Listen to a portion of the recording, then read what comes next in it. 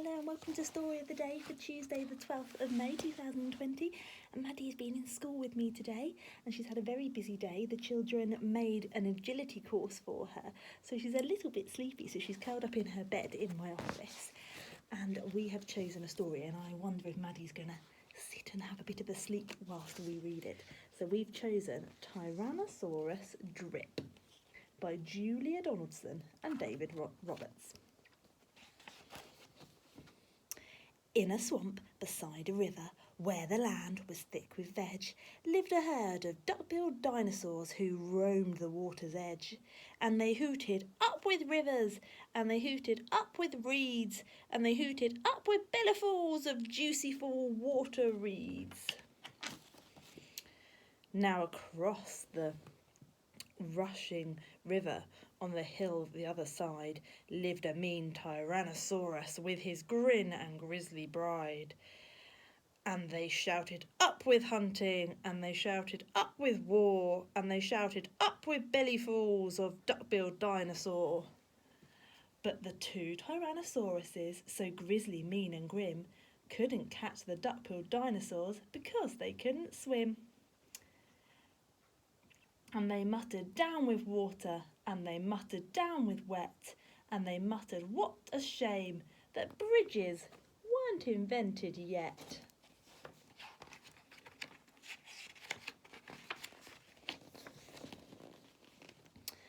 Now the little Compsognathus, well, that was a tricky word, but for short we'll call her Comp, found a duck-billed egg and stole it from a nest beside the swamp. And she swam with it and ran with it and murmured, "Clever me! And won't all the baby Comps be thrilled with a duck-billed egg for tea?" She dropped the egg in terror and went running for her life for the mean Tyrannosaurus and his grim and grisly wife. Now the mother T had great big jaws and great enormous legs, but her brain was rather little, and she couldn't count her eggs. She sang, "Hatch out my terrors with your scaly little tails, and your spiky little toothies, and your scary little nails. Oh, look, she's put the duck-billed egg in with her egg." Out hatched babies 1 and 2, as perfect as could be, but Mother T was horrified by baby number 3, and she grumbled, "He looks weedy," and she grumbled, "He looks weak. What long arms, and look, his mouth looks like a beak." "He just needs feeding up," said Dad, and gave the babe some meat. The first 2 gulped and guzzled, but the third refused to eat. And he said, "I'm really sorry." And he said, "I simply can't." And he said, "This meat looks horrible. I'd rather eat a plant." "A plant?" yelled Mum in horror, and Dad shouted, "Get a grip." His sisters found a name for him, Tyrannosaurus Drip.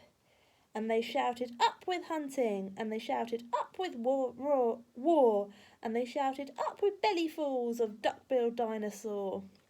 Poor Tyrannus Drip tried hard to sing along, but the others yelled, "You silly Drip, you've got the words all wrong." For he hooted down with hunting, for he hooted down with war, and he hooted down with bellyfuls of duck-billed dinosaur.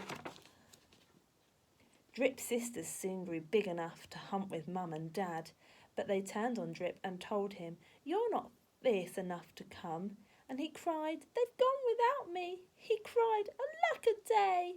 And he cried, "This doesn't feel like home. I'm going to run away."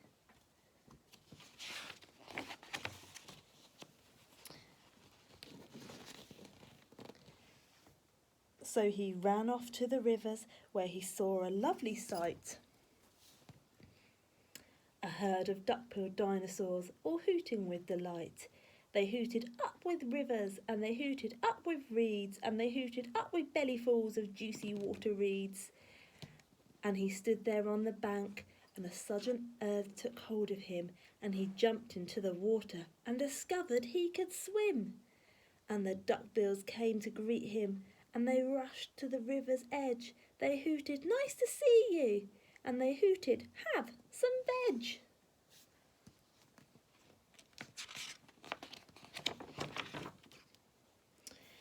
And Drip, who was delighted that they hadn't run away, ate bellyfuls of water reeds and played with them all the day.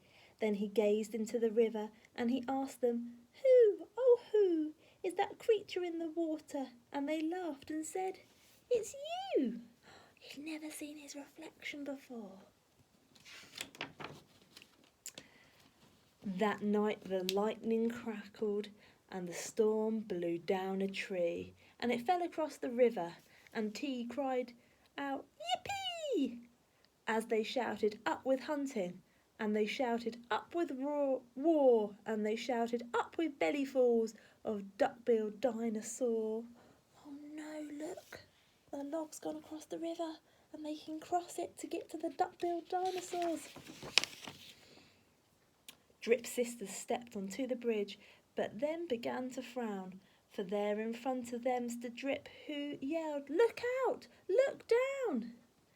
And they looked into the water, and they let each other yelp, and one cried, "Water monsters!" and the other one cried, "Help!" Were they really seeing water monsters? No.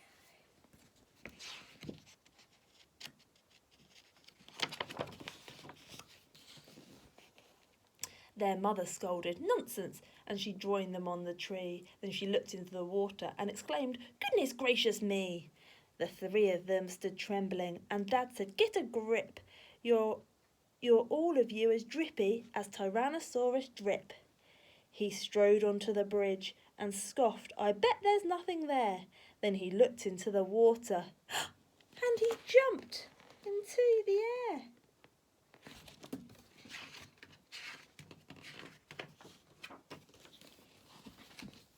And how the duckbills hooted when they landed with a crash, and the tree bridge broke, and 4 Tyrannosauruses went splash.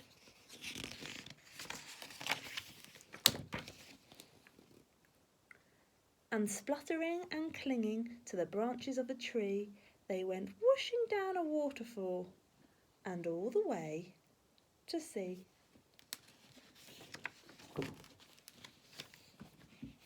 And the duckbills hooted happily. They hooted, "Hip, hip, hooray! Hooray for heroic one and only Duck-billed Drip!" I hope you enjoyed that story. Maddie has fallen fast asleep. I'll see you tomorrow. Bye.